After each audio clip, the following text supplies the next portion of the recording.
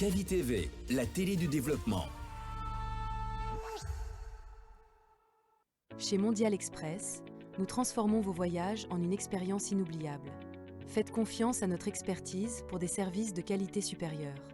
Grâce à notre service d'assistance visa, simplifiez toutes vos démarches administratives à travers nos experts. Avec notre service billetterie, réservez vos billets pour toutes les destinations du monde avec facilité. Profitez de notre flotte de véhicules modernes et fiables pour tous vos déplacements à travers notre service de la Manque Pas, 4e avenue, immeuble d'Abo, commune de Kaloum. Visitez notre site internet.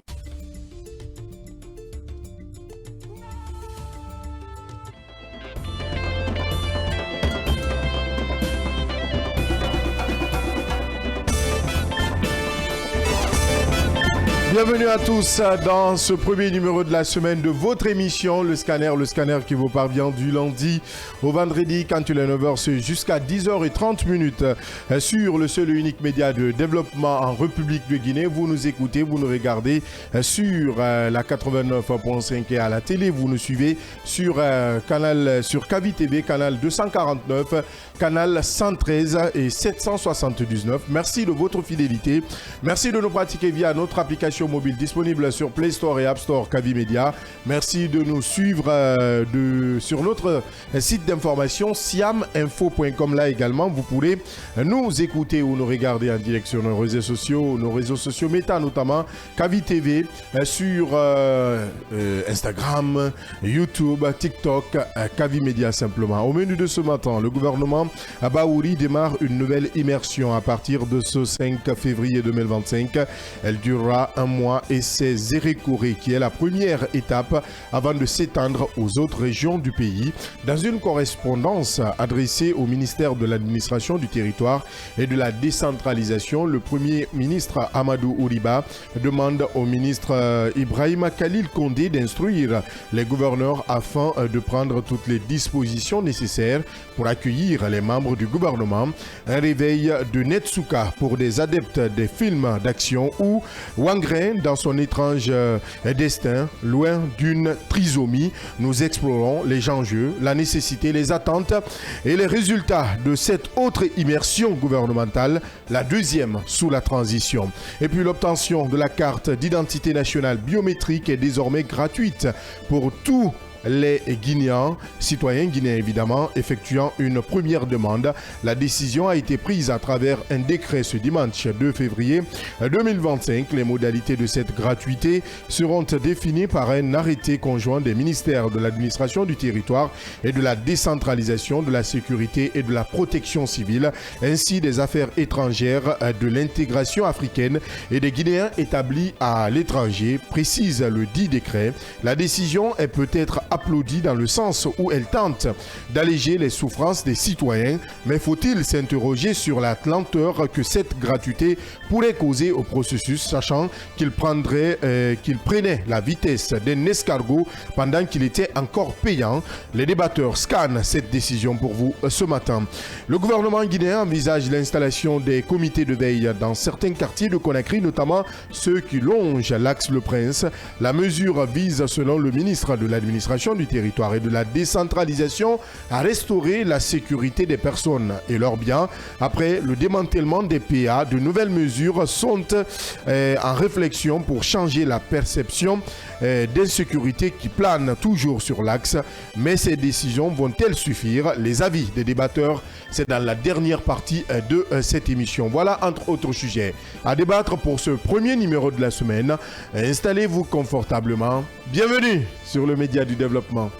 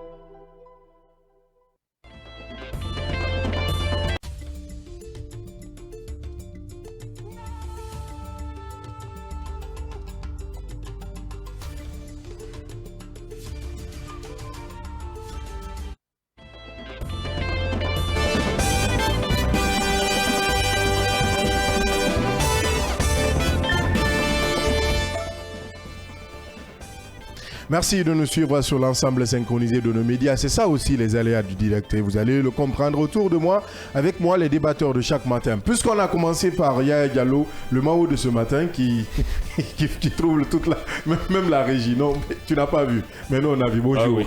Bonjour. La caméra était sur toi au lieu que ce soit sur moi. Donc ne soyez pas étonnés. Bien habillé ce matin. Très bien même. Hein. Ouais. Ça même, j'ai vu Baba paniquer. Donc ne sois pas étonné. On a fait la pauvreté, hein, Baba. Baba, la prospérité est partagée. Simandou, un pont vers la prospérité. Attention. Allons seulement. Attention. Allons seulement. Le pays, attention. La prospérité commence à... C'est un programme qui n'est pas exécuté d'abord. Qu'est-ce que j'ai dit? Yaya, je n'ai rien dit de mal. Il y a avance sur le salaire, non? Ouais, ce sont des prémices. Moi, je rappelle juste la prospérité de Simandou. On commence à partager. Le communisme, peut-être. Les symptômes d'un partage de prospérité. Le libéralisme ne va pas durer. Vous n'êtes pas bien ce lundi. Mohamed Daba Le Père, bonjour. Bonjour Abdallah, bonjour à tous. Bonjour Mohamed Ba. Le bas. Bonjour Mohamed Ba, le bas. Bonjour Abdallah, bonjour à tous. Bonjour à notre Mao. Ah non, ce matin vous n'allez pas faire la fête à Moya. C'est des balles perdues, quand même. C'est des balles perdues. Ouais, tu as raison. Hein. Si pour une fois il ose quand même t'attaquer, c'est que... Ce sont des symptômes d'un partage de prospérité là. Oh. Qui se manifestent. Il est guinéen, pourquoi pas? Il est guinéen. Ah ouais, c'est normal. Il faut juste au moins quand même continuer à partager cette prospérité. Tout ce qui reste clair, ce n'est pas un ministre qui l'a offert. Qui partage son argent. On n'en sait rien. Non, moi j'en sais quelque chose. En fait, nous on n'en sait rien de l'autre côté. Allez, toi tu es un polémique. Merci Abdallah. On n'en sait rien. Bien Diallo, on parle de cette immersion gouvernementale, la deuxième depuis l'avènement du CNRD au pouvoir. Mais la question la plus importante pour nous ce matin, ce n'est pas cette immersion, mais plutôt l'enjeu ou les enjeux, la nécessité, les attentes et les résultats. Puisque la première, notamment, n'a presque rien donné sous Mohamed Beavogui. Absolument. Vous l'avez rappelé, en 2022, sous Mohamed Beavogui, c'était beaucoup plus une promenade qu'une immersion digne de ces noms, puisqu'il s'agissait là d'aller toucher du doigt les réalités sur le terrain, puisque c'est l'équipe gouvernementale. Il y a ces départements qui ont des services déconcentrés un peu partout. C'est une occasion pour ces départements d'aller toucher du doigt, au-delà des rapports quelquefois erronés, qu'on peut essayer de remonter. C'est une occasion pour eux d'aller vers ces différents services-là, voir ce qui marche et ce qui ne marche pas. Et ce qui est tout à fait normal. Pour le cas de Mohamed Beavogui, nous l'avons connu ici, cette immersion dont on parlait ici. Mais en réalité, vous avez souligné effectivement la véritable question, qu'est-ce que cela a donné jusque-là. Alors la question reste posée. Encore une fois, on a essayé, il faut le préciser, hein, c'est sur instruction du chef de l'État, et le Premier ministre a dû écrire au ministre de l'administration du territoire et de la décentralisation pour pouvoir préparer, disons, ces services à travers le pays, notamment les gouverneurs des régions, pour pouvoir préparer tout cela en attendant que l'équipe ne bouge ici pour le 5, si je ne me trompe pas, le mercredi. Le 5 février.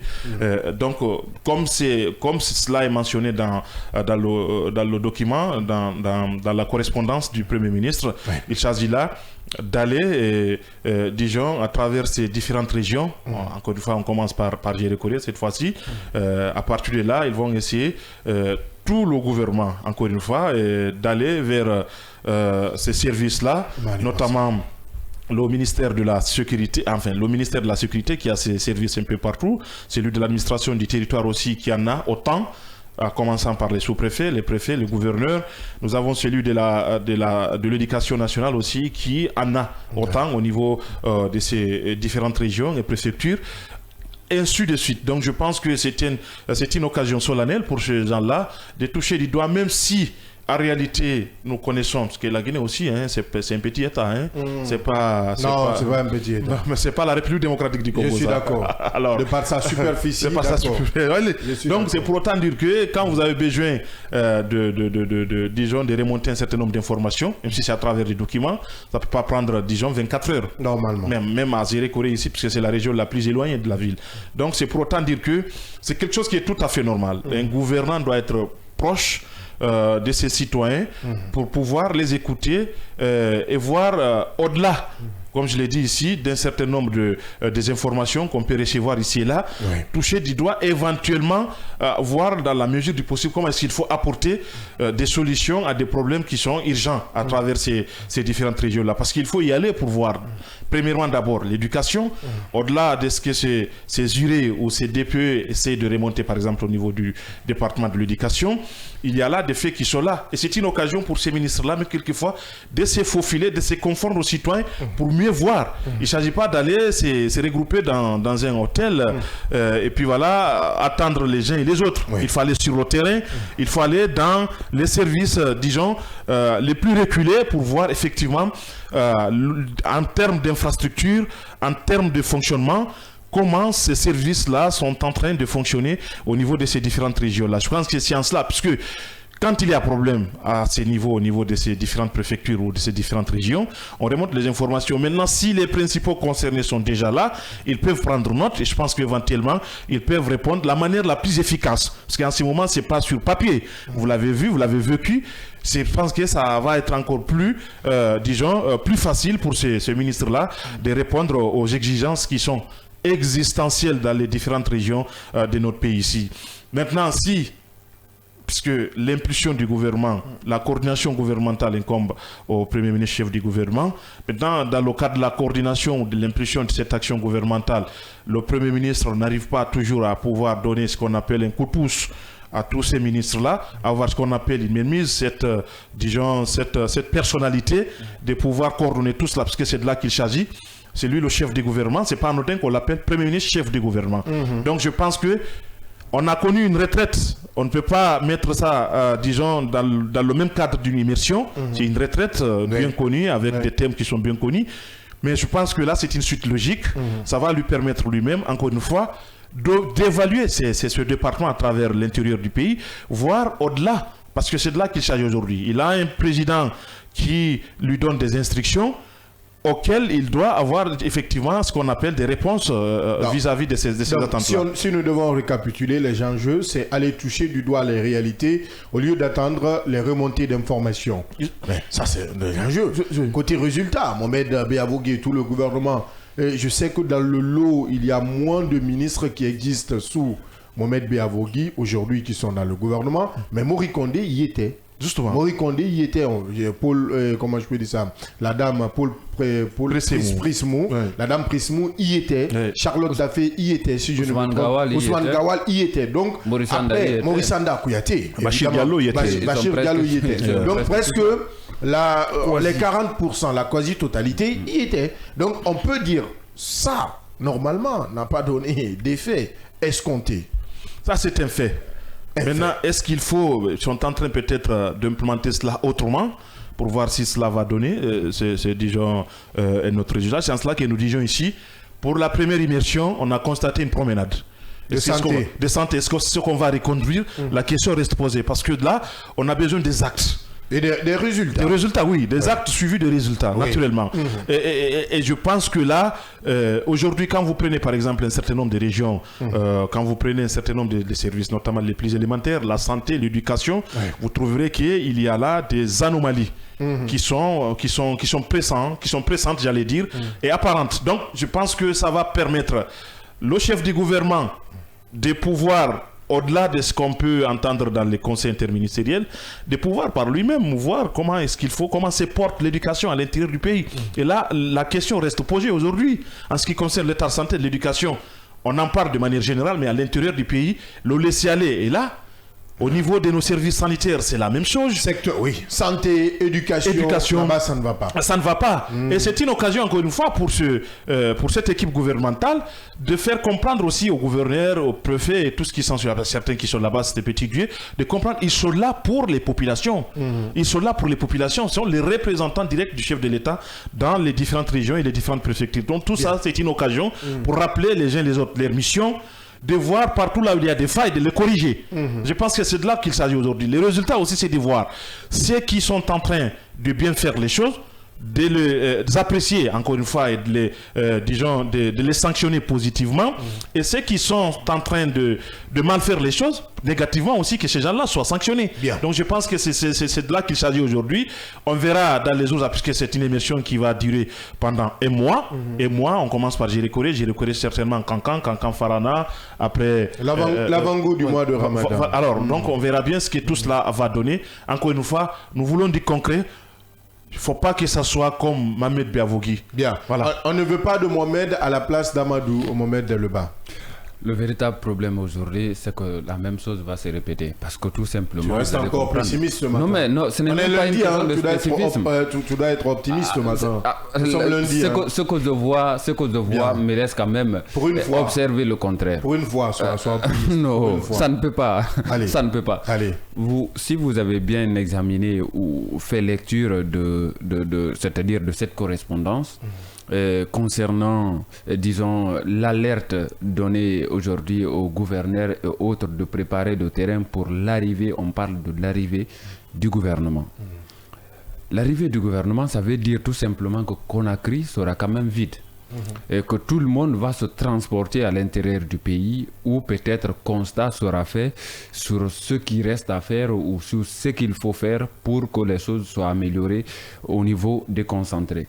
Nous sommes d'accord qu'il faut à chaque fois quand même aller à l'intérieur du pays pour voir réellement ce qui ne va pas, ce qui va, surtout ce qui ne va pas, pour améliorer réellement pour le bien-être quand même des populations locales.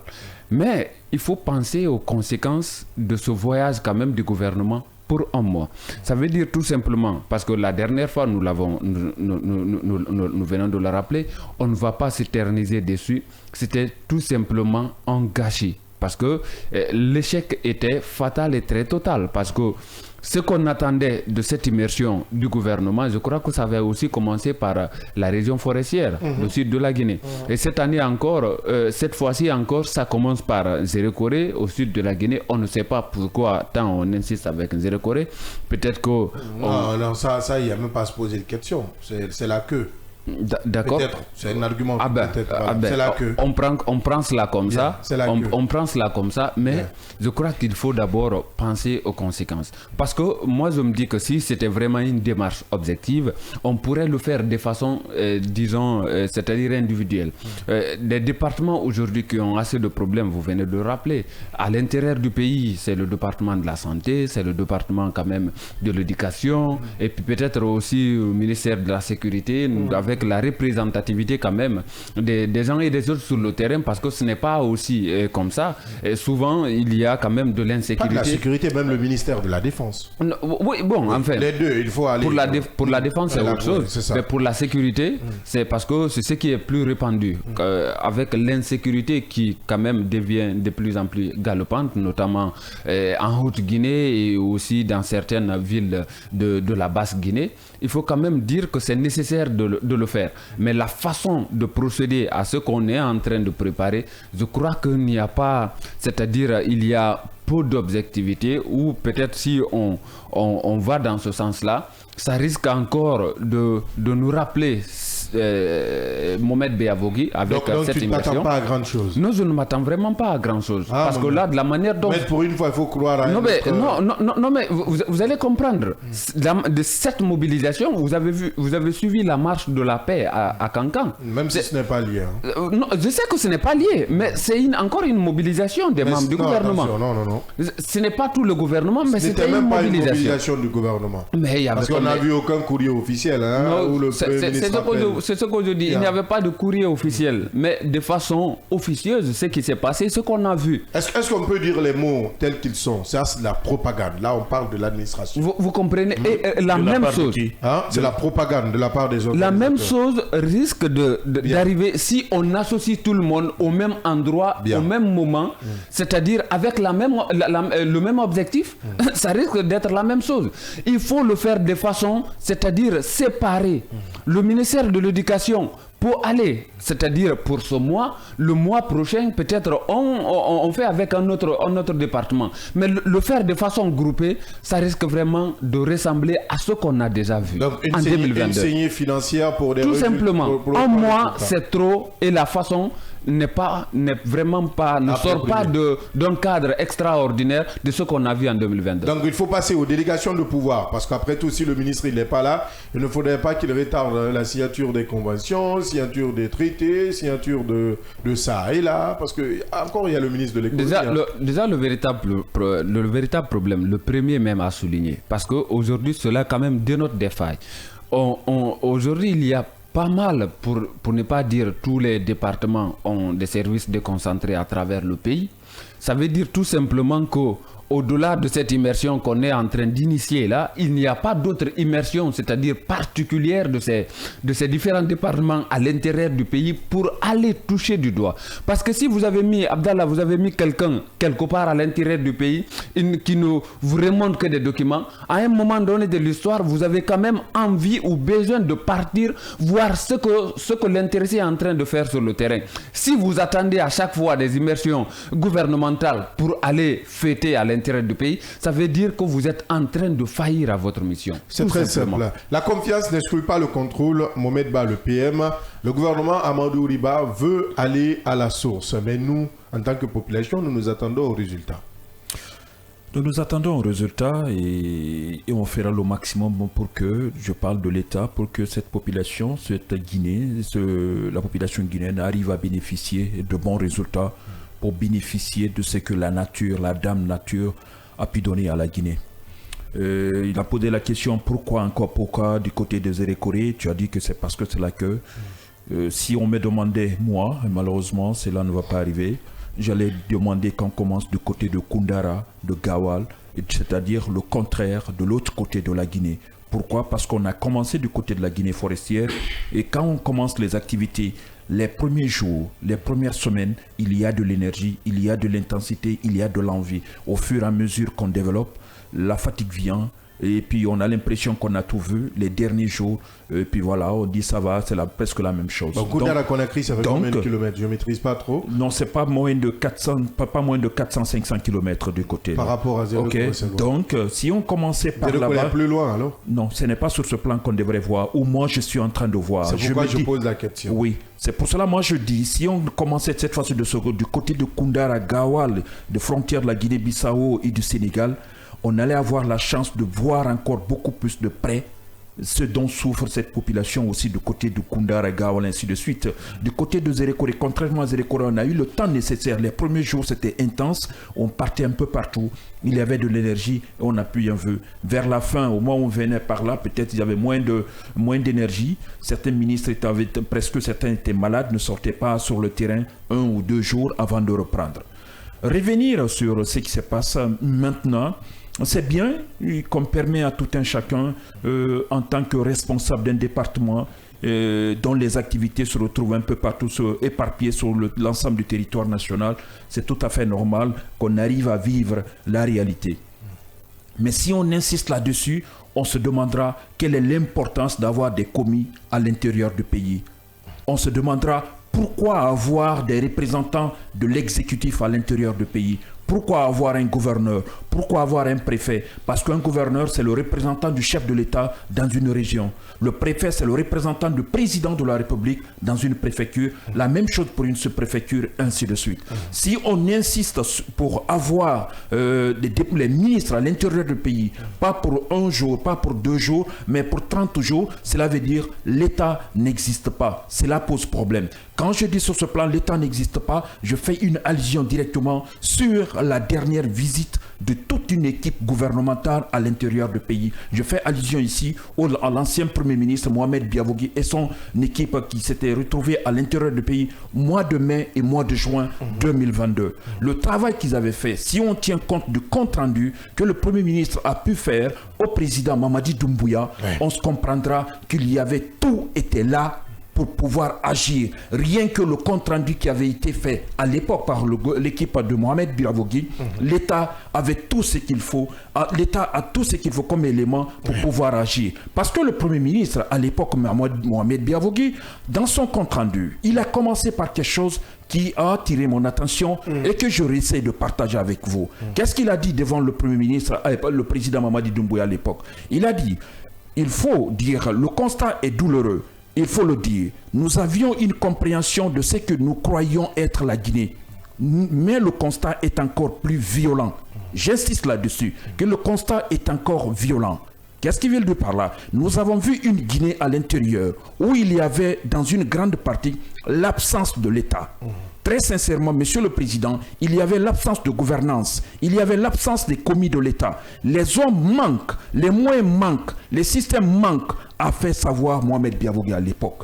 Ce compte rendu, ça s'est passé devant tout le monde, tous les membres du gouvernement, les chefs de cabinet étaient imprégnés de la chose. Qu'est-ce qui s'est passé pour qu'on n'arrive pas à mettre le compte rendu, le contenu de ce compte rendu à la portée de ce qu'il devrait agir pour revenir, pour comprendre qu'il y a manque de gouvernance, il y a il n'y a pas de commis de l'État. La gouvernance manque. Cela veut dire à l'intérieur du pays, une fois que vous sortez à Conakry, l'État n'existe pas. Qu'est-ce qu'on a fait depuis ce jour, 2 ans et quelques mois aujourd'hui? Qu'est-ce qu'on a pu mettre en place pour qu'on puisse mettre en place l'État, pour qu'on puisse sentir comme on appelle l'existence de la gouvernance à l'intérieur du pays.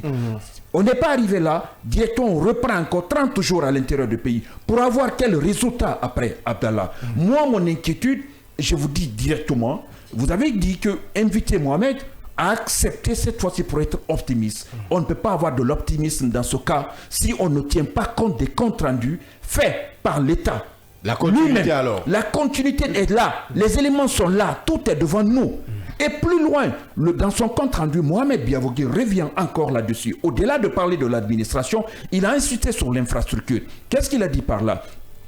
Sur cette tournée, Monsieur le Président, nous allons produire un rapport avant à ce niveau. Poursuivant, le PM a dénoncé le manque d'infrastructures à l'intérieur du pays. Le deuxième constat que nous avons eu, Monsieur le Président, c'est le manque d'infrastructures d'abord. Pour arriver à Zérékoré, ce n'était pas facile. Mais pire, à l'intérieur de nos régions, pour voyager d'une préfecture à l'autre, c'était la Kowa et la Bannière. Et quand nous sommes arrivés dans nos préfectures, il n'y avait pas les moyens de quitter les préfectures pour aller dans les zones agricoles. Et enfin, quand les préfets ou les sous-préfets pouvaient nous recevoir, certains n'avaient même pas de bureau, d'autres n'avaient même pas de logement. Abdallah, vous vous rendez compte un peu? Un préfet qui n'avait pas de... Un préfet, sous-préfet, beaucoup plus du côté dans la sous-préfecture. Vous vous rendez un peu compte également, cela ne s'est pas fait sous le président Alpha Condé. C'est sous le régime de Mamadi Doumbouya que le compte rendu avait été fait à l'époque par le Premier ministre Mohamed Biavogui. Qu'est-ce qu'on a fait après avoir vraiment pris connaissance du contenu? On est resté à Conakry. Mais l'application, qu'est-ce qu'on a fait? On a fait quelques routes, hein, s'il faut reconnaître quelques efforts. Je dis bien, on a fait quelques routes. On a fait des efforts. Mais est-ce que ces efforts-là, on a besoin de se déplacer cette fois-ci pour aller dans les conditions normales? Abdallah, dans les conditions normales. Abdallah, il faut qu'on échange. Si on part sur cela, on peut dire que oui, on avait fait des remarques. Le président avait pris en compte ces remarques. Aujourd'hui, on va aller vérifier si ces remarques ont été exécutées. Ça peut être un pas, je ne dis pas forcément que c'est cela. Je n'ai pas compris. Tu peux dire ça en français facile? Parce que je suis dans les nuances dans ce que tu dis. Tellement ça me... Oui. Tu as dit que le PM a fait un compte rendu. Il a parlé Mohamed Biavogui. Oui, le PM Mohamed Biavogui. Il a parlé d'infrastructures, il a parlé de routes. Oui. Dans ton compte rendu, c'est ce que je crois entendre. Des routes et infrastructures, le président, sur son initiative, peut dire OK. Sous Mohamed Biavogui, ça a été remonté. Il a été remonté qu'il n'existait pas de route à tel point, tel endroit, tel endroit, tel endroit. Les préfets et sous-préfets n'étaient pas bien logés. Aujourd'hui, nous avons fait des efforts. Je ne suis pas à la place du président. Je suis en train juste d'analyser. Nous avons fait des efforts. Allez-y voir sur le terrain ce que nous sommes en train de faire ou ce que nous avons fait. Ça peut être un pan de la mission, mais pas forcément l'objectif principal. Je te comprends. Sur ce plan, sur cette analyse, je suis d'accord avec toi de voir sur ce pan, à partir de ce prisme-là, de voir vraiment, de pouvoir répondre à cette situation, à cette plainte ou à cette préoccupation vraiment dressée, mise à la disposition du chef de l'État. Mais depuis que ce compte rendu avait été fait à l'époque, il y a plus de 2 ans aujourd'hui, ça s'est passé. Un certain, je ne sais pas si le mois de juin, 18-19 juin 2022, 2023, 2024, nous sommes en 2025 aujourd'hui. Il fallait attendre tout ce temps pour qu'on aille voir ou pas. Je pense qu'il y a un problème. Le document, tu as raison. Mais ce qui reste clair, un État n'agit pas comme ça dans les conditions normales. C'est-à-dire, il faut la proactivité doit être l'une des armes quand on est responsable, pas seulement sur le plan du côté de l'État, la proactivité devrait être une arme pour les uns et les autres. Bien. Parce que pourquoi moi je ne sais pas de voir ça comme ça maintenant? Pour moi, on essaye de dépenser encore, faire sortir des moyens de l'argent, alors que le document qui va sortir encore de cette visite, vraiment de cette tournée, pardon, à l'intérieur du pays, il n'y aura pas de différence. Peut-être j'oserais dire que ça sera le document que l'équipe du Premier ministre Amadou Ouriba va faire, le compte-rendu sera moins percutant que le compte-rendu, le document qui avait été prodigué. Là, je te rejoins, parce qu'il y a un citoyen qui m'interpellait hier, il dit, bon, si ces ministres doivent aller qu'avec des médias publics, je ne mets pas à l'eau tous les efforts des médias publics, je le rappelle encore. Le citoyen dit, si ces ministres vont avec les médias publics, où chaque ministre déjà a son journaliste qui fait, au lieu d'informer, qui communique, il dit, quel va être l'impact? Pourquoi, à chaque immersion, les ministres ne vont pas avec les médias privés? Parce que lui, il estimait que quand ces ministres vont aller avec les médias privés, dans l'instantanéité, la nouvelle pouvait être diffusée et l'information partagée. Au risque de se retrouver, à chaque immersion, à chaque retraite, les médias privés sont mis de côté pour donner la chance aux médias publics, parce que les ministres, donneront des instructions que suivront forcément ces journalistes ou ces médias. Voilà aussi la perception de certains... Ton citoyen, il a parlé en bon professionnel. Non, honnêtement, j'étais abasourdi hier, c'était dimanche. Parce que quand il parle de communication à la place de l'information, c'est qu'il t'a fait le résumé du théâtre. Donc, vous voyez... Ça, c'est une évidence. Que ça peut être mal aussi. Et ça, vous allez comprendre, ça, c'est un citoyen lambda qui se prononce sur un sujet qui doit intéresser beaucoup plus l'administration, comme on appelle, les différents responsables. Et dans cette communication, dans ce compte-rendu qui avait été fait, à l'époque par le Premier ministre Mohamed Biavogui, ça l'a tellement touché qu'il a utilisé une expression. Cette expression, quand on l'utilise, ça devrait attirer l'attention des uns et des autres. C'était quoi? C'est le plan Marshall qu'il fallait utiliser maintenant. À l'époque, le plan Marshall. Le plan Marshall, pour apporter beaucoup plus de précision, c'est parce que là, il faut investir partout. Des problèmes existent partout. Et il faut prendre le problème à bras le corps. C'est-à-dire tout ce qui est en train d'être fait à l'intérieur du pays, au compte du ministère de l'administration du territoire, ou à travers ces décentralisations, à travers, comme on appelle, les préfets et autres. C'est le gouvernement, c'est l'État qui va prendre maintenant à bras le corps directement l'investissement qui doit être fait à l'intérieur du pays. C'est-à-dire tout ce qui doit être fait, tout est prioritaire. On n'attend pas à ce que le préfet ou le sous-préfet... On n'attend pas le financement extérieur. Exactement, on va directement, on investe le budget pendant une période donnée, tellement le problème il est profond à l'intérieur du pays. Donc je pense que ceux qui sont partis, d'accord, ils ont insisté, le programme a été donné jusqu'à ce qu'on attire juste l'attention des préfets et des gouverneurs à l'intérieur du pays, de mettre tout en œuvre pour assurer la sécurité des ministres qui seront là-bas et l'ensemble de la délégation, et vraiment assurer également l'hébergement. Cela veut dire le programme il est fait, il n'y a rien à dire, le budget est dégagé, ils vont à l'intérieur du pays. D'accord, on ne peut rien faire par rapport à cela, mais on attire leur attention. Il faut qu'il y ait de l'innovation. Bien. Il faut qu'il y ait de l'innovation. Du nouveau.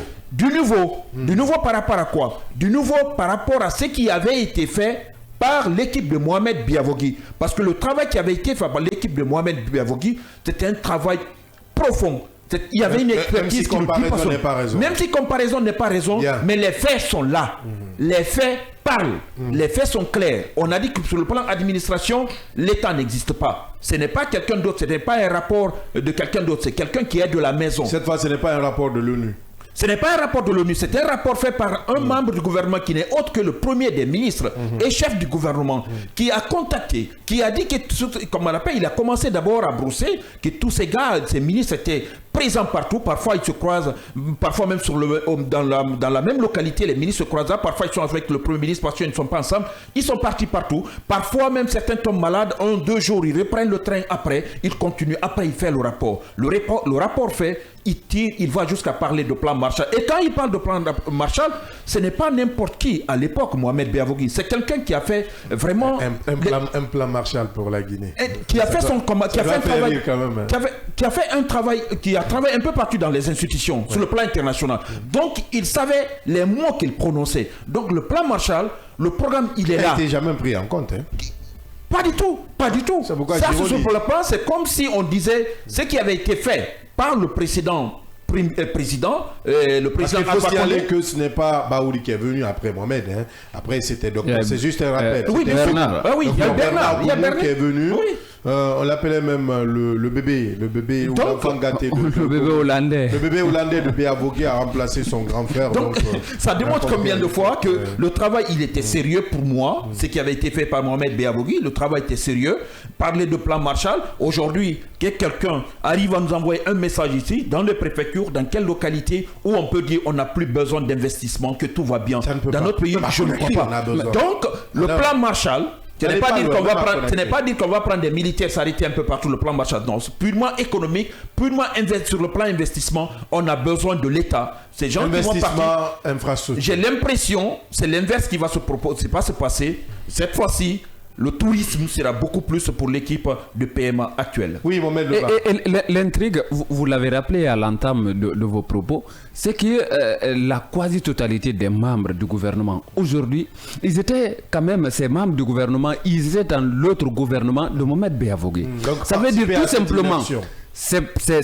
ces ministres qui sont là aujourd'hui, qui sont partis à l'intérieur du pays en 2022, ça veut dire qu'aucune leçon n'a été non seulement, disons, tirée de tout ce qui a été fait comme étant constat sur le terrain, il n'y a pas eu d'amélioration, il n'y a pas eu de résultats. Excuse-moi, cela veut dire que normalement, tous les ministres qui étaient à l'intérieur du pays en 2022 doivent rester à Conakry. Doivent rester à Conakry, doivent rester à Conakry parce que leur présence, c'est-à-dire à l'époque sur le terrain, on va utiliser ça pour autre chose.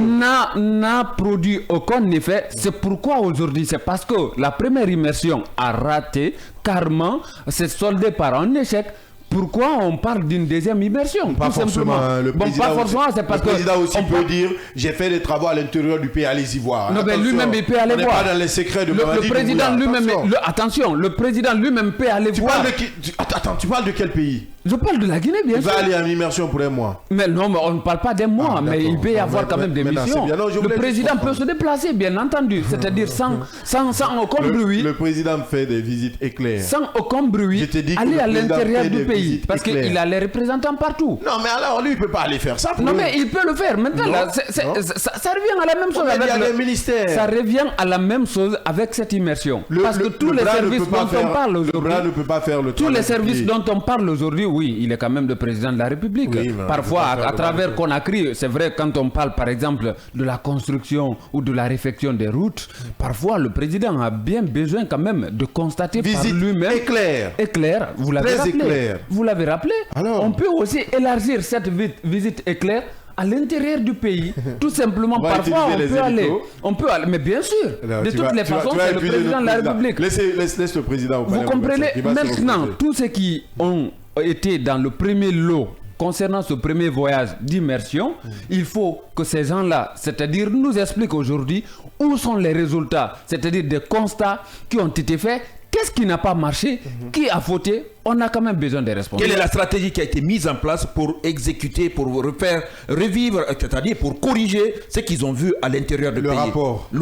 Est-ce Il y a qu'il y a eu le suivi du rapport? Le rapport est là, mais quel est le plan qui avait été élaboré en fonction des remarques constatées sur le terrain? Bien. Si cela n'est pas fait, tout ce qui était là, commençant par Bachir, passant par Ousmane Gawal, vraiment ces personnes ne devraient pas aller à l'intérieur du pays. Ça, je suis désolé, mais là, on ne devrait pas mettre. S'ils doivent aller, s'ils insistent d'aller, cela veut dire qu'ils doivent prendre en charge toute leur équipe, y compris leurs frais de logement, voire même leur sécurité devrait prendre en charge pour aller à l'intérieur. Chacun peut aller compte le beaucoup, laisser. Ce n'est rien, hein, c'est le budget, c'est le BND. Hein. On va se calmer un peu.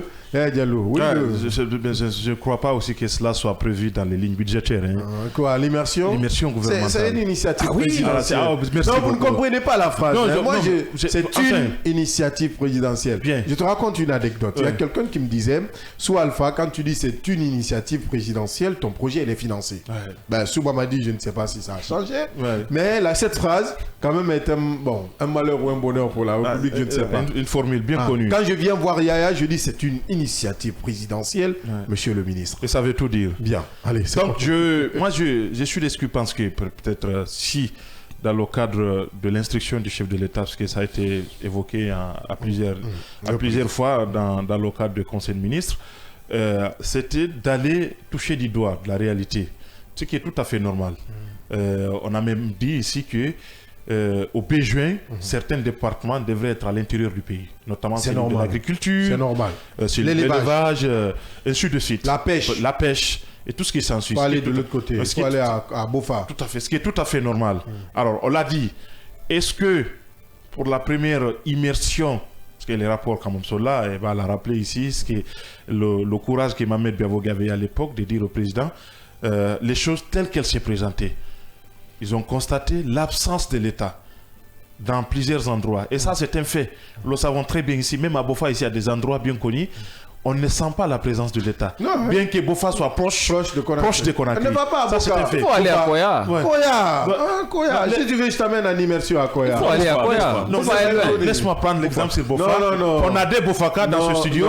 Il faut le prendre. Arrête-toi à Koya. Bofa, c'est trop loin. Ça va vous aider, certainement. Ça va attirer l'attention des chefs de l'État. Mon frère, nous, on a vu les Blancs avant toi. Abdallah, est-ce qu'on peut communiquer dans ce studio? On a vu les Blancs avant lui. Nous, à Bofa, on a vu les Blancs avant lui. On a vu beaucoup de choses avant lui. Prends ton mal. Koubia, c'est loin. Là, non. Commençons par Koubia, c'est autre chose. La saison pluvieuse encore arrive. Beaucoup de villages ne pourraient pas être accédés. Pardon. Je sais de quoi je parle.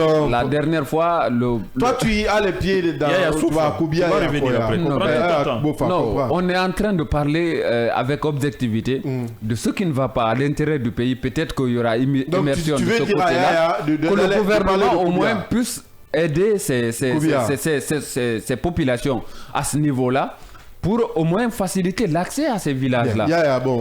Ce qu'il faut dire, ce qu'il n'a pas suivi malheureusement, c'est un aliéné, soit dit en passant, malheureusement, il n'a pas suivi pour la première fois la préfecture de Koubia, celle de Tougué, de l'Elouma, ainsi de suite, vont connaître le victime grâce au général Mamadi Doumbouya. Ça, c'est un fait. Ils l'ont dit. Vous ne l'avez pas suivi.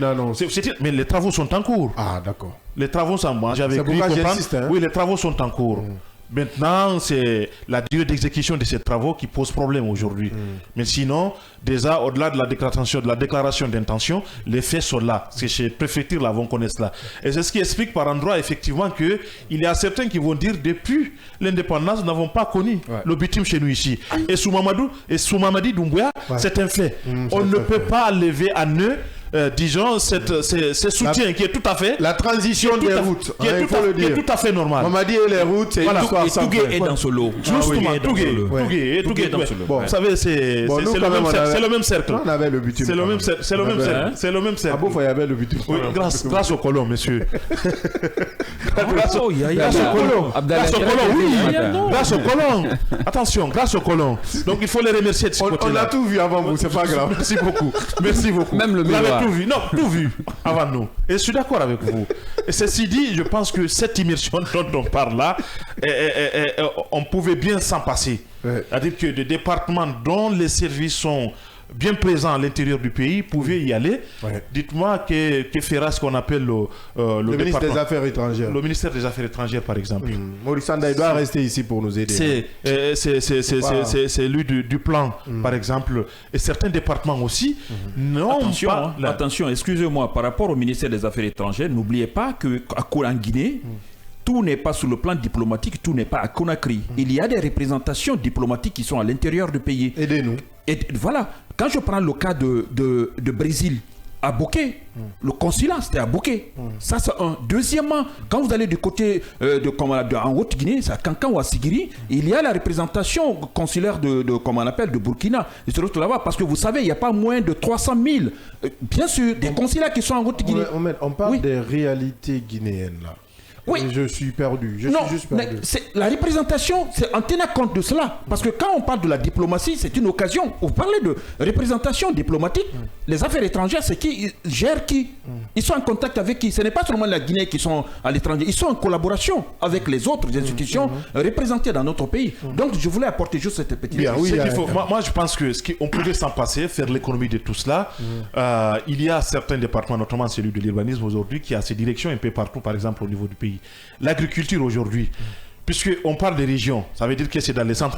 Oui, Abdallah. Sans te couper, l'agriculture, le ministère doit être notamment dans une zone agricoles. Notamment Kindia. Moi, honnêtement, j'ai trop insisté sur ça. Kindia, Zérékoré, des zones agricoles, on doit déplacer carrément ce ministère là-bas. Le ministère de l'urbanisme et de l'habitat, Modi Kondé devait se retrouver à l'intérieur. Ministre des Mines dans la région de Bouquet. Le ministère des Mines doit se retrouver à l'intérieur du pays. De l'environnement, la même chose. Pourquoi on les garde à Conakry? Tant qu'on est sous la climatisation, on ne voit pas. On va être proche ne va rien voir. la présidence, pardon. On peut bien être sous la climatisation, même en étant à l'intérieur du pays, mais vous êtes en face de vous, disons, l'environnement, par exemple, quand nous prenons le département de l'environnement, vous allez voir l'évolution des choses, la coupe abusive du bois. Ce n'est pas ces gardes forestiers-là qui peuvent vous remonter quelquefois des rapports qui sont très erronés parce que ça s'est fait en complicité avec ces gens-là. Je pense qu'on aurait dû faire une décantation pour dire voilà les ministères dont la nécessité consiste à aller toucher les doigts de la réalité à travers les services de concentré. Ce tri devrait être fait. Maintenant, quand on nous dit tout le gouvernement, suivez mon regard ce que cela va donner. C'est-à-dire que nous risquons justement d'assister, disons, à une promenade. À une promenade une paralysie financière. Une promenade qui paralysie administrative qui frise même la mamaya. Bien, allez, c'est déjà compris. Il n'a pas lésiné sur les mots et vous l'avez déjà compris. On attend quand même de voir cette immersion, cette seconde. Une immersion sous la transition, les résultats, les rapports qui doivent être publics. C'est surtout ce qu'on vous demande pour le bien du peuple de Guinée.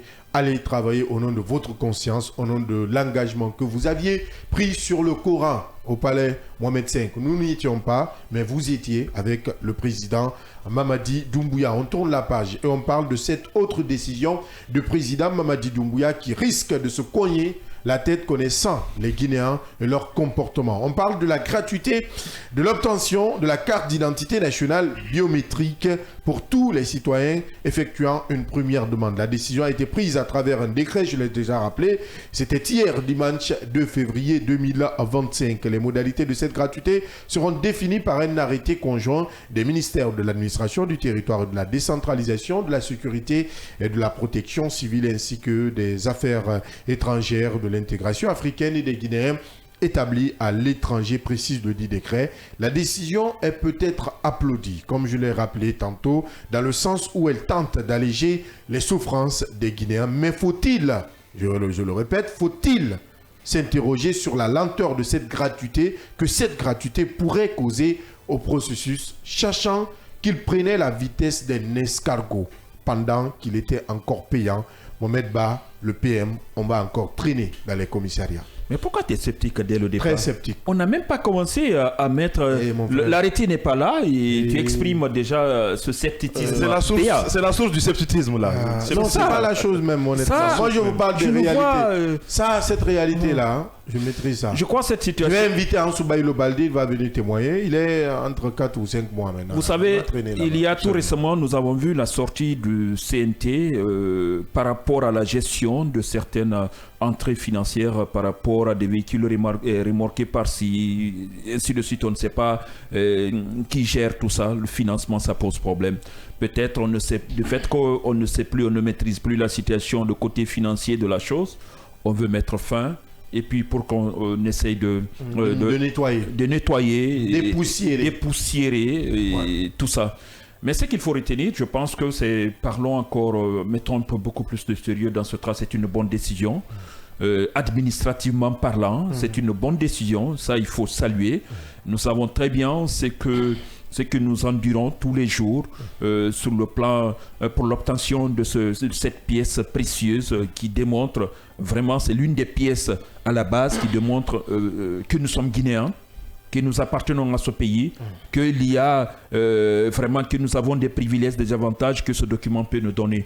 Mais nous savons très bien, que ce soit à Conakry ou à l'intérieur du pays, obtenir ce document à cause du prix en partie, cela pose énormément de problèmes et qu'on n'arrivait pas du toujours à en avoir et que sur le plan administratif, dans d'autres secteurs, on vous demande toujours des pièces d'identité biométriques. Aujourd'hui, même dans les sociétés de téléphonie, vous voulez faire quelque chose, une plainte ou je ne sais quoi, votre puce, on vous demande votre pièce d'identité numérique.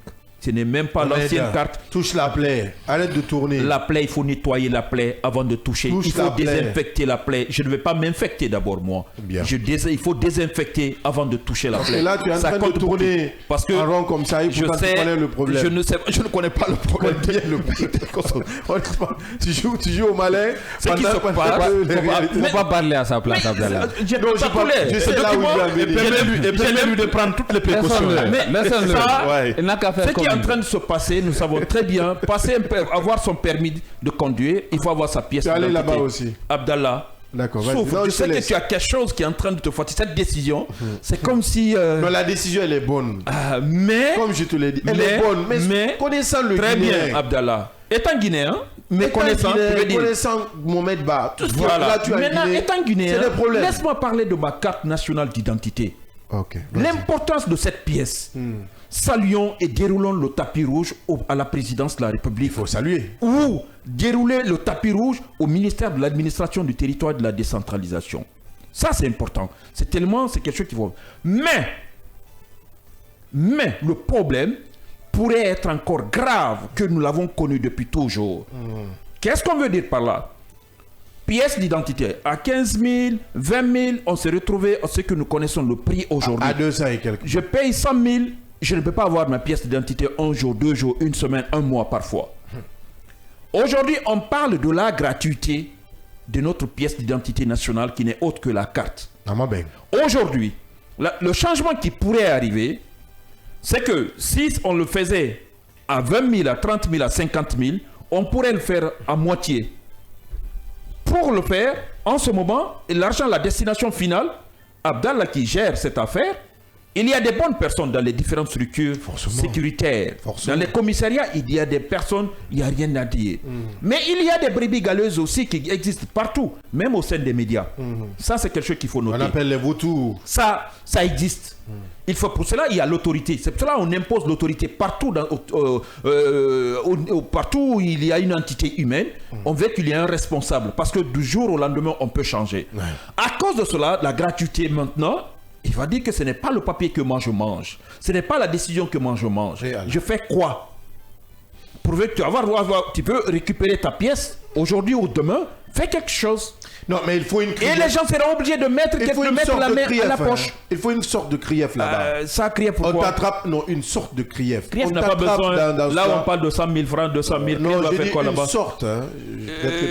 Une sorte, d'accord, créée à l'image de la crief, mais cette fois-ci, le budget, le coût pourrait être. De toute façon, la justice pour les pauvres. Il faut comprendre qu'il y a un problème qui vient de naître là. On résout un problème et probablement une fenêtre vient de s'ouvrir. Donc on ouvre un problème. Parce que tant la Conakry, un problème par un problème. Oui, et ça, tant à Conakry qu'à l'intérieur du pays, l'obtention de cette pièce va poser énormément de problèmes. Mais attention, précision importante. Oui, c'est la première fois que vous en demandez. Attends, j'allais clôturer par ça. J'allais clôturer par ça. Bien. Mais ce qu'il faut retenir, le problème, il faut mettre des mesures. Vraiment, je sais que l'arrêté, mesure dissuasive, mais l'arrêté, je suis convaincu, on ne va pas le prendre aujourd'hui ou demain. Oui, parce qu'il y a 1001 possibilités que Guinéens... Immersion. Voilà, immersion. Donc cela veut dire encore, c'est après Ramadan qu'il faut avoir ce document-là sur la table. Ça, c'est quelque chose qu'il faut noter.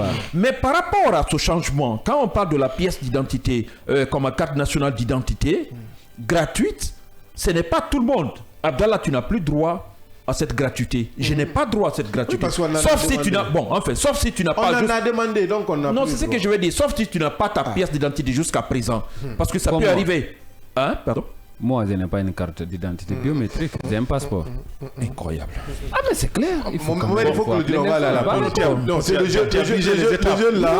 Le jeune là, il casse tout. J'ai dit biométrique. Je pense que j'ai bien été précis. J'ai dit biométrique. Je ne pouvais pas croire qu'un majeur, quelqu'un qui fonctionne... Non, il n'a pas compris. Il a une carte rouge. Abdallah. Non, mais ça, c'est même pas compris. Non, j'ai un passeport. Passeport ne remplace pas la carte nationale d'identité. Non, mais ça, c'est la même chose. J'ai une carte, mais elle n'est pas biométrisée. Laisse-moi te défendre, cher jeune. Cher Boufaka. Merci. Même si je sais que ce sera une carte durée. Tu as une carte rouge, ça finit en 2026. Il a le droit de garder sa carte rouge. Attention, dans certaines structures aujourd'hui, la carte nationale d'identité, on ne prend pas. Je porte plainte. La date d'expiration, c'est en 2026. les écoutes. Alors, je vous Les informe, professionnels de ça. je vous informe, Les au niveau de professionnels Orange ça. Guinée, si vous n'avez pas la carte numérique, ça ne passe pas. Mais si vous J'ai été victime de cela. si vous avez un Voilà, passeport, après ça avoir traversé des kilomètres, arrivé là-bas, on m'a fait comprendre, monsieur, si vous n'avez pas telle pièce, Ce vous ne ne sont passez pas pas. des Voilà. super Guinéens. Et on va continuer le débat juste après cette courte transition. Le temps de donner le temps d'aller en pause, en publicité avec nos partenaires commerciaux, si on peut les appeler comme ça. Et derrière, on se retrouve dans cette émission, Le Scanner.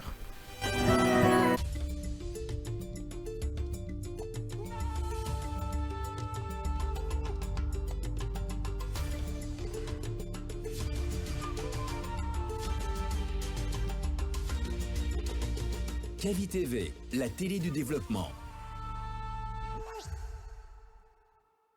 Chez Mondial Express, nous transformons vos voyages en une expérience inoubliable.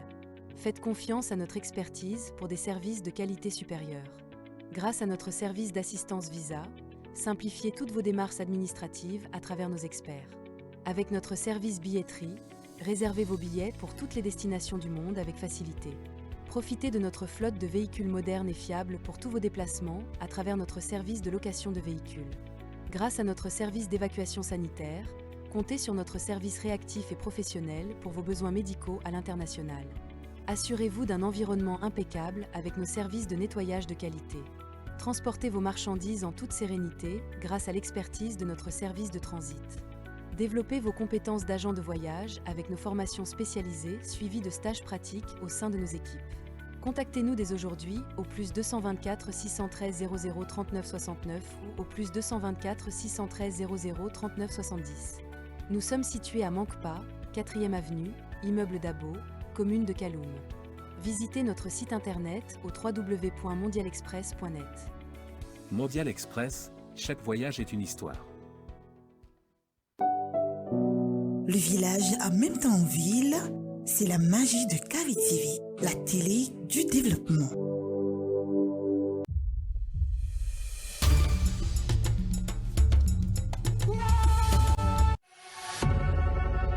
Vous pouvez désormais suivre l'ensemble de nos programmes via notre application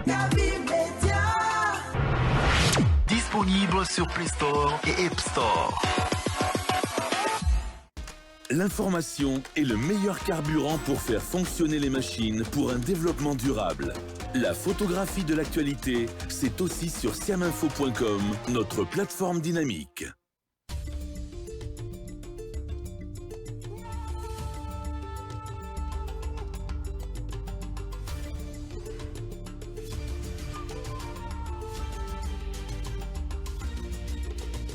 Cavi TV, la télé du développement.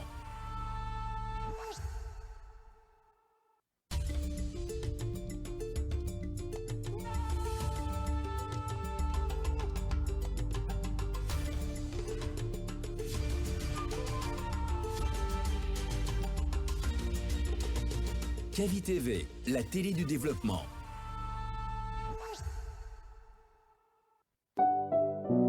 Le village en même temps en ville, c'est la magie de Cavi TV, la télé du développement. Vous pouvez désormais suivre l'ensemble de nos programmes via notre application disponible sur Play Store et App Store. L'information est le meilleur carburant pour faire fonctionner les machines pour un développement durable. La photographie de l'actualité, c'est aussi sur siaminfo.com, notre plateforme dynamique.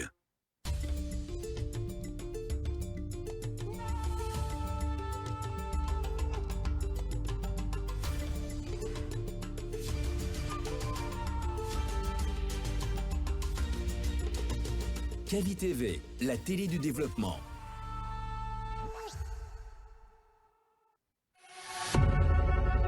Vous pouvez désormais suivre l'ensemble de nos programmes via notre application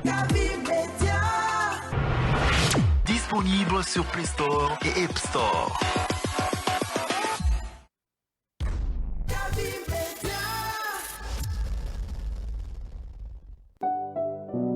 Le village en même temps en ville, c'est la magie de Cavi TV, la télé du développement.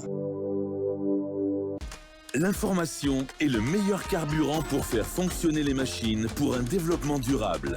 La photographie de l'actualité, c'est aussi sur siaminfo.com, notre plateforme dynamique. Direct, événement, débat, décryptage, édition spéciale, talk show, magazine, documentaire, actualité, fiction, avec notre équipe de professionnels et à travers notre antenne dynamique, réécrivons ensemble la plus belle histoire du développement. Cavi TV, regardez la lumière. Cavi TV.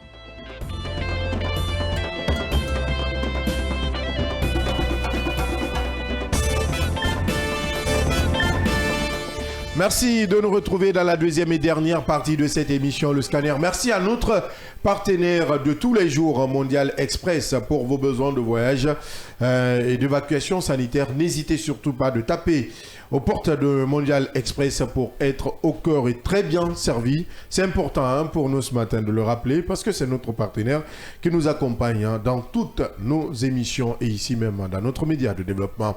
Yaya Diallo, on parlait tout à l'heure et on continue de parler parce que Mohamed a eu un peu de temps. Donc lui, il va continuer à tourner autour de Pau. Après, on va revenir vers Mohamed. Yaya Diallo, on parle des cartes d'identité biométriques qui sont désormais gratuite pour la première demande en République de Guinée. Justement, pour un premier temps, d'abord, ce qu'il faut dire, c'est que c'est une très bonne nouvelle. Franchement, c'est une très bonne nouvelle. On en a besoin. C'est en cela que nous sentons, disons, la présence de l'État. C'est pour ces arts de pièces, notamment. Donc, je pense que si l'État décide enfin d'en faire une gratuité, parce que c'est tout à fait salutaire à son niveau. Maintenant, on nous a dit que dans le communiqué que le général Amara a bien lu sur les gens de la RTG, qu'un communiqué conjoint viendra effectivement déterminera naturellement les conditions d'obtention de cette carte d'identité biométrique. C'est là où se trouve tout le bas blesse. Qu'est-ce qui va sortir de ces communiqués conjoints qui va être, disons, mis en public, j'allais dire, par le département de la sécurité, celui du ministère des Affaires étrangères, mais aussi le département de... c'est les trois départements, c'est le département de l'administration du territoire, de la sécurité et des affaires étrangères. Voilà. Donc ce sont ces trois départements affaires étrangères parce que nous avons des représentations diplomatiques dans lesquelles les Guinéens doivent pouvoir venir pour pouvoir avoir ces différentes cartes-là. C'est pourquoi on a inclus dedans le département des affaires étrangères. Je pense que c'est tout à fait nécessaire. On en avait besoin. Il y a un certain nombre d'éléments aujourd'hui, en tout cas dans certains États, c'est gratuit. C'est-à-dire que c'est l'État qui prend en charge. C'est ça aussi l'État. C'est-à-dire que l'État, il ne s'agit pas là, disons, à tout bout de champ, de dire que l'État est fort, l'État est fort. La force de l'État aussi s'inscrit dans ce cadre-là. C'est-à-dire que répondre à un certain nombre de besoins de la population. Je pense que la situation dans laquelle nous vivons aujourd'hui, l'obtention de cette carte d'identité biométrique, est un problème aujourd'hui qui est pressant, pendant que même la gratuité n'a pas été, disons, n'était pas annoncée, parce qu'encore une fois c'est une annonce, mais le problème était là, parce que tout simplement vous pouvez lancer une demande, 2 mois, 3 mois, 4 mois comme ça, vous n'avez pas votre carte. Alors, à côté de cette gratuité, moi j'aurais bien voulu que l'État puisse, disons, renforcer ces services d'État qui sont là, quelquefois qui ne sont pas efficaces. Il faut renforcer cela. Il faut essayer encore une fois créer toutes les conditions pour que la gratuité soit effective. Il ne s'agit pas d'annoncer. Nous connaissons encore une fois comment nos services, les services étatiques, les agents de l'État, pour ainsi dire, fonctionnent en République de Guinée ici. Ils vont dire, ok, c'est une gratuité, mais ils vont créer toutes les conditions pour que cette gratuité, encore une fois, devienne un problème. Parce que il y aura naturellement de pots de vin qu'on va essayer de demander aux uns et aux autres pour accélérer les choses. Donc voilà, tout cela va compliquer encore une fois l'effectivité de cette gratuité dont on parle. Et je pense que c'est là où l'État doit pouvoir encore une fois réfléchir. Certainement, ces communiqués conjoints tiendra compte de tout cela. À l'intérieur du pays, nous avons des services de la police qui sont là, qui existent, mais dont l'opérationnalisation n'est pas tout à fait, disons, comme ça. Donc, il faut renforcer cela. Il faut équiper ces services-là de la police, puisque le département de l'administration du territoire, encore une fois, vous savez, il y avait déjà un décret, je pense que oui, un décret qui avait quand même, disons, attribué cette mission au département de l'administration en ce qui concerne la délivrance de ces cartes d'identité-là. Désormais, disons, c'est en connivence avec le département de la sécurité. Donc, il y a le département de l'administration du territoire aussi qui doit pouvoir jouer un rôle.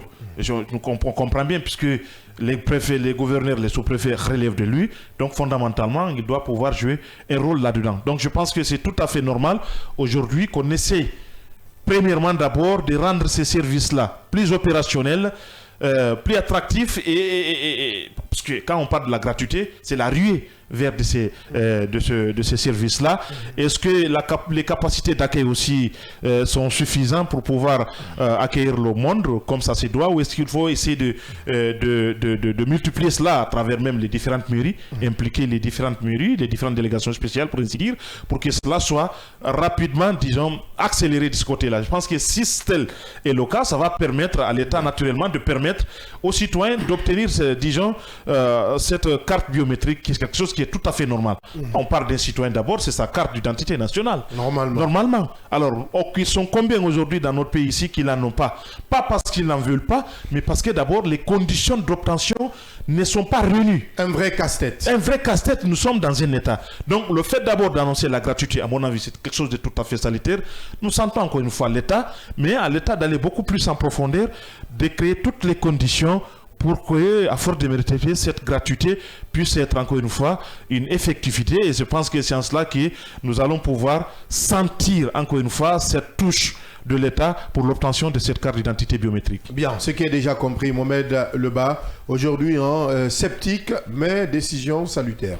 Il faut quand même dire qu'en théorie, parce que jusque-là c'est une annonce, c'est vraiment une décision louable parce qu'aujourd'hui cela permet quand même de renforcer l'accessibilité, c'est-à-dire pour les populations à la base, à cette carte d'identité qui quand même est une denrée très rare, il faut le dire, et très bonne parce que ça manque aujourd'hui à beaucoup, non seulement parce que pour ce qui s'est passé quand même dans ces services où ces cartes d'identité sont obtenues, nous le savons tous, ce sont des conditions dans la plupart quand même du temps dénoncées par nous-mêmes journalistes parce que ça quand même frisait un peu même la colère des uns et des autres parce que non seulement le temps mis pour avoir cette carte d'identité nationale biométrique, ça pouvait prendre 5 mois, même pour certains, voire plus, parce que tout simplement, au fur et à mesure que vous débloquez beaucoup plus d'argent, que la facilité, c'est-à-dire d'obtention, pouvait quand même s'opérer. Mais il ne faut pas quand même oublier aujourd'hui qu'à côté de cette gratuité, qu'il y a des problèmes aujourd'hui qu'il faille quand même analyser. Au-delà d'abord, bien avant cette problématique, il faut parler de l'accessibilité. Parce que l'accessibilité avec cette gratuité de la carte biométrique aujourd'hui, c'est un pas quand même vers l'inclusion de la plus grande partie quand même de la population par rapport, parce que pour ces premières demandes, si vous regardez aujourd'hui le nombre, vous allez comprendre qu'il y a beaucoup de Guinéens, ou peut-être même que ceux qui restent sont plus nombreux que ceux qui ont demandé. C'est-à-dire ceux qui n'ont pas demandé pour une première fois ces cartes sont plus nombreux que ceux qui obtiennent aujourd'hui ces cartes d'identité, parce qu'elles sont très rares même dans la circulation. La plupart, vous allez comprendre que détiennent des anciennes cartes rouges, aujourd'hui dont certaines validités quand même, c'est-à-dire ça va jusqu'en 2026 alors que nous sommes en 2025, ça veut dire que pratiquement on n'avait pas rompu avec ces anciennes cartes. C'est comme, ça rappelle un peu l'histoire des plaques rouges avec, c'est-à-dire les véhicules, parce que jusque-là il n'y a pas encore une décision finale obtenue. Voilà. Tu as quand même ta plaque. Vous comprenez, ce n'est pas de cela qu'il s'agit. De l'autre côté, il y a la modernisation. Parce qu'on parle quand même de la biométrisation, il faut parler d'essentiel, Abdallah. Je t'avais dit que, c'est-à-dire, ce que tu m'avais accordé là, c'était d'une courte durée. Et je crois que ça date à expirer. C'est tout à fait naturel. Ça date à expirer, ouais. On se connaît. Ouais. Voilà, ouais. Le soutien, il n'était pas de taille. Le soutenu aussi. Oui, je suis le soutenu, voilà. Mais le soutien aussi c'est autre chose.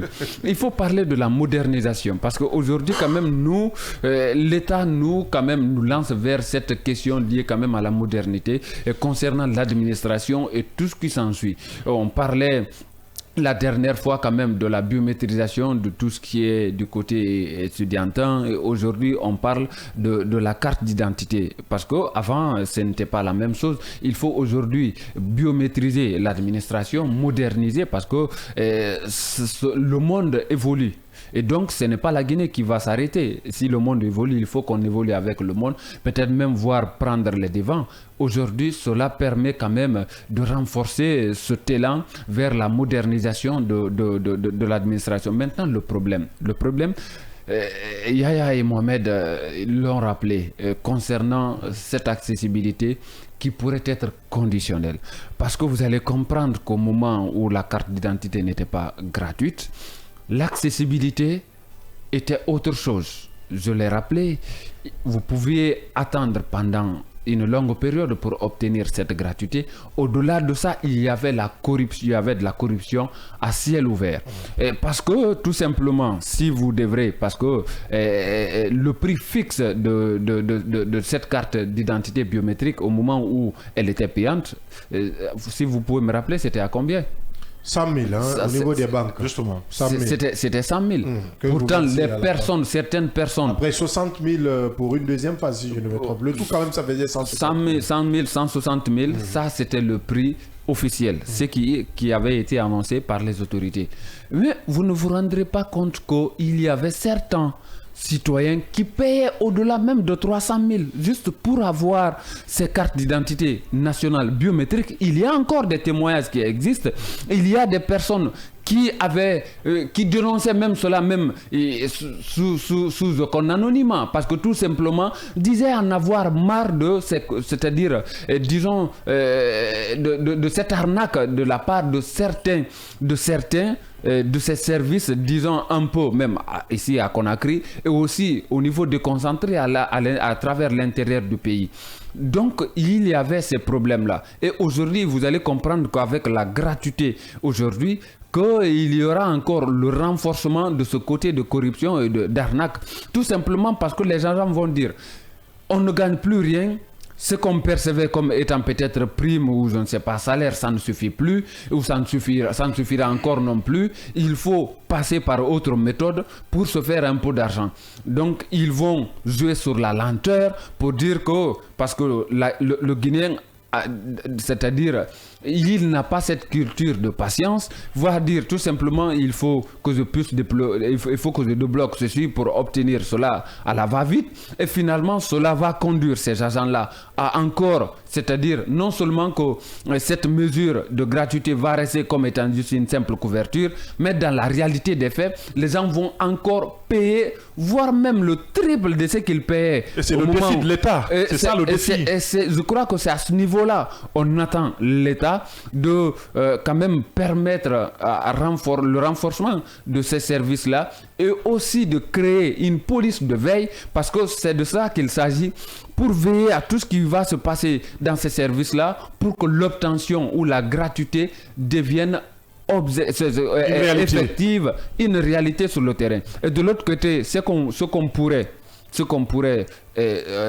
qui pourrait avoir des interrogations, c'est de comment l'État compte s'y prendre. Parce qu'il s'agit quand même de l'argent qu'on va mettre pour que cela soit vraiment gratuit et de façon effective. Comment l'État compte financer cela? Je crois qu'il faut s'interroger sur toutes ces questions aujourd'hui. Est-ce qu'on va encore assister... Peut-être que l'État a accumulé assez de fonds. Bon, on va le dire comme ça, année, mais avec... C'est l'État aussi, hein. C'est l'État. C'est l'État aussi. Oui, c'est l'État. De l'autre côté, il faut aussi penser à la sensibilisation, parce que quand même beaucoup de Guinéens, en particulier dans les zones rurales, ne sont pas aujourd'hui imprégnés de l'importance réellement de cette carte d'identité biométrique.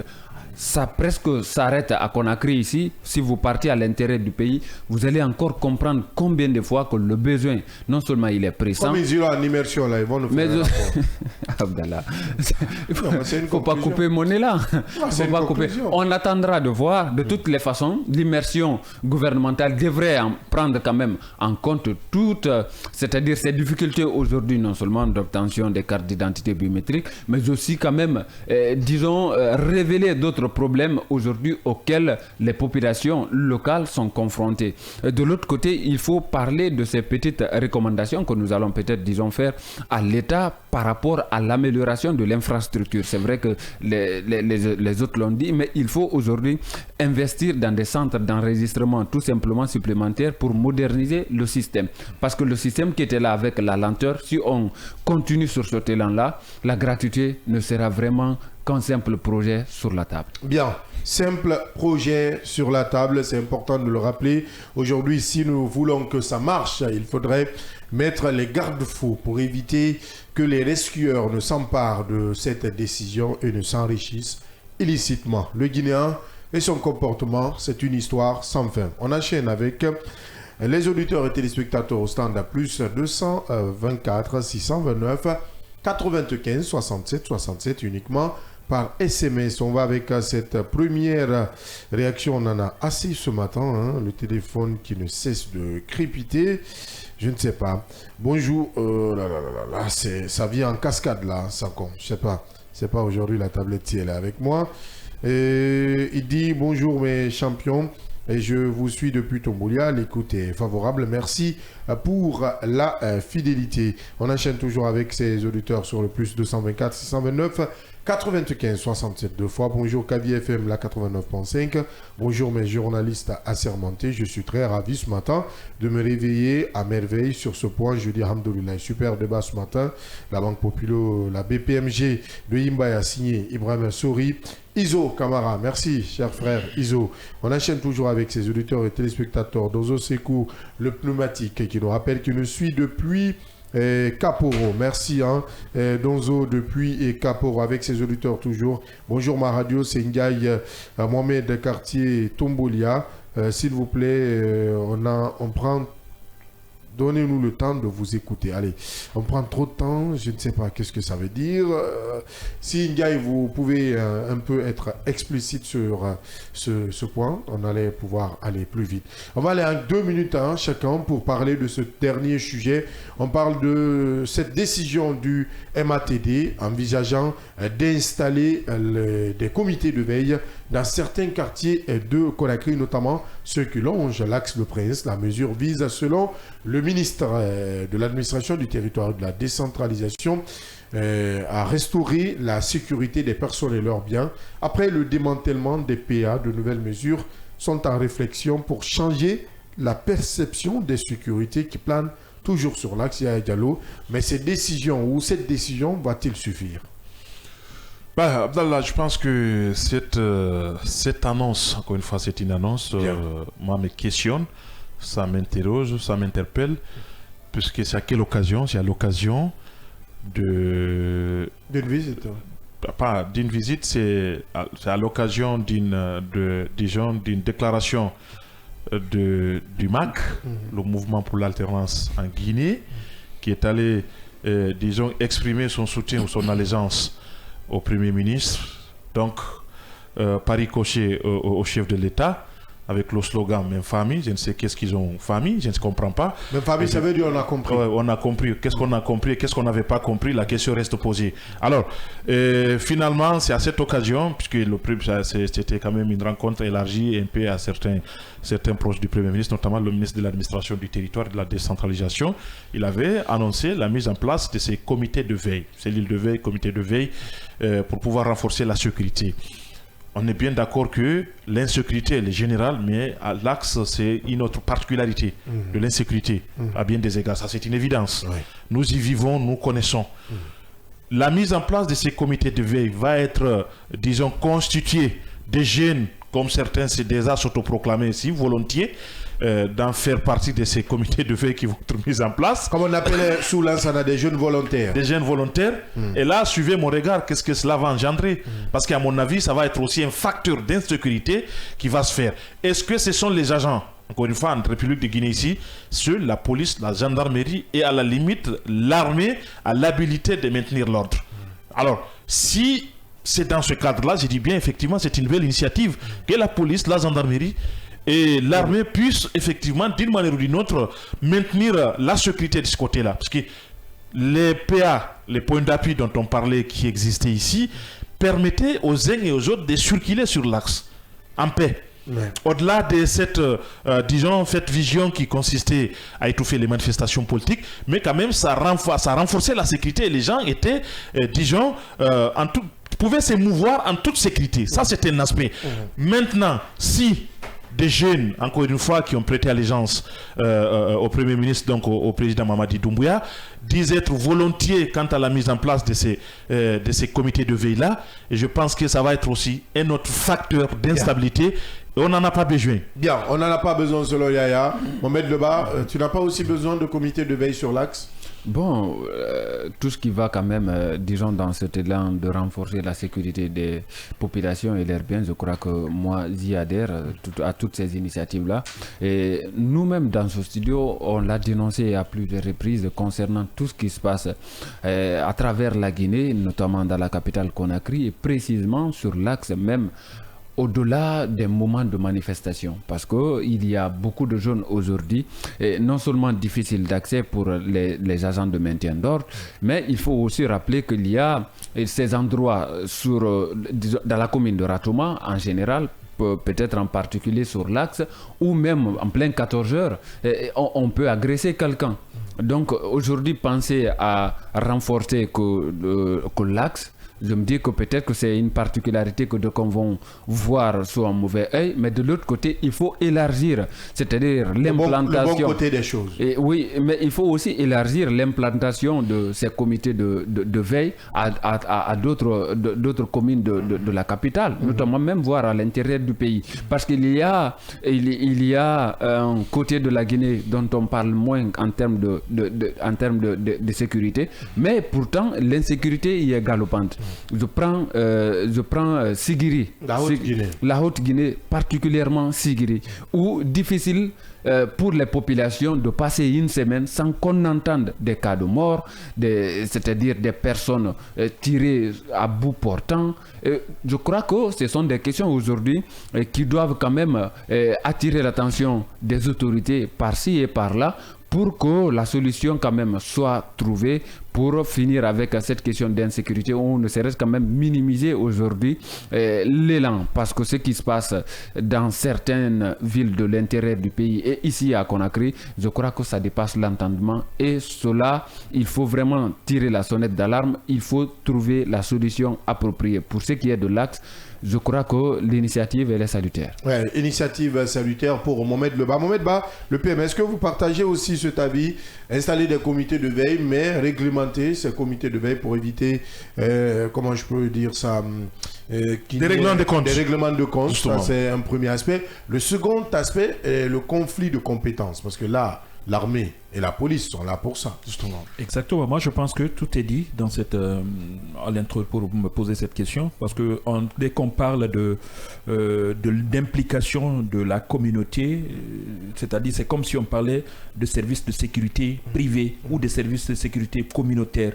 Et on se demandera à ce niveau, qu'est-ce qui va rester à la police, à la gendarmerie dans notre communauté? Quel rôle pourrait être attribué à ces différentes institutions sécuritaires de notre pays, gendarmerie, police, voire même plus loin, les militaires qui peuvent être dans la communauté. C'est bien, tout est bien. En tout cas, tout ce qui peut permettre à renforcer la sécurité des personnes et de leurs biens dans notre communauté, je pense que c'est une bonne chose.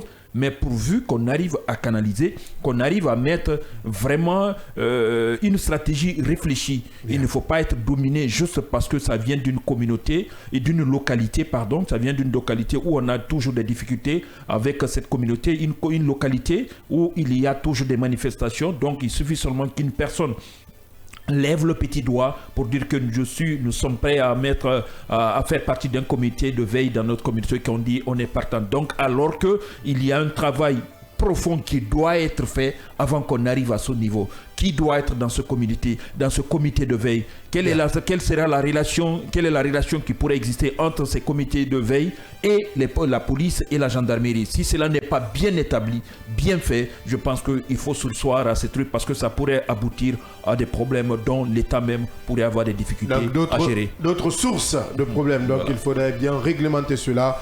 Merci à Diallo. Merci Abdallah, merci à tous. Merci Mohamed Lebar. Merci Abdallah, merci à tous. Merci Mohamed, le PM. Abdallah, merci et merci à tous. Merci à l'équipe technique du jour, à Moussa Dramé, à Babako Ivogui qui nous a accompagnés côté télé, à Kande Bourari Sanko, l'enfant de Siramodia, côté radio, à toutes, à Michel Ouamouno, nous ne l'oublions pas, même s'il est très loin de nous. Merci à Oumar Diallo. Merci à toutes et à tous, auditeurs et téléspectateurs. On se reprend demain, même heure, même fréquence, avec la même énergie pour d'autres sujets d'actualité sur le seul et l'unique média de développement en République de